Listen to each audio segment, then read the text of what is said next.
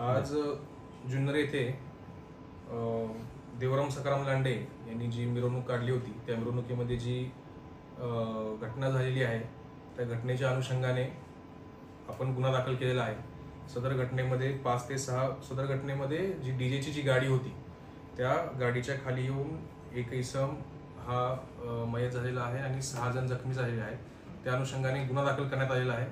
सदर गुन्ह्यामध्ये 4 आरोपी आहेत। त्या 4 आरोपीपैकी जे मुख्य आरोपी आहेत आयोजक देवराम सखाराम लांडे व त्याच्यासोबत आणखी एक आरोपी आहे जो डीजेच्या गाडीचा चालक होता। यांना या गुन्ह्यामध्ये अटक करण्यात आलेली आहे, गुन्हा दाखल करण्यात आलेला आहे आणि या अनुषंगाने जी योग्य कायदेशीर प्रक्रिया करण्यात होती ती करण्यात आलेली आहे। याबद्दल फिर्यादी आणि त्याचे कुटुंबीय यांना देखील योग्य ती माहिती देण्यात आलेली आहे।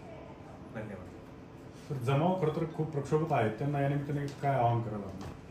जमावाला आमचं आवाहन आहे की जी योग्य कायदेशीर कारवाई होती ती पूर्णपणे करण्यात आलेली आहे। पोलिसांनी त्यांचं कर्तव्य बजावलेलं आहे। कायदेशीर प्रक्रिया चालू आहे, तपास चालू राहील। योग्य तो तपास करून आम्ही त्याच्यात लवकरात लवकर दोषारोप देखील सादर करू। परंतु जी जनतेची मागणी आहे की आमच्यासमोर आरोपी आणावा तर ते तसं करता येत नाही, ते सुरक्षित दृष्टीनं आणि ते कायदेशीर देखील नाही।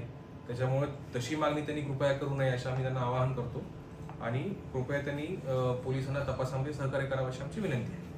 सर, यामध्ये कोणकोणती कलमं आपण ॲप्लिकेबल केलेली आहेत? याच्यामध्ये BNS कलम 105, 110, 223, 35, त्याचबरोबर महाराष्ट्र पोलीस अधिनियम 135 आणि मोटर वाहन अधिनियम 134 अशा कलमांतर्गत गुन्हा दाखल करण्यात आलेला आहे।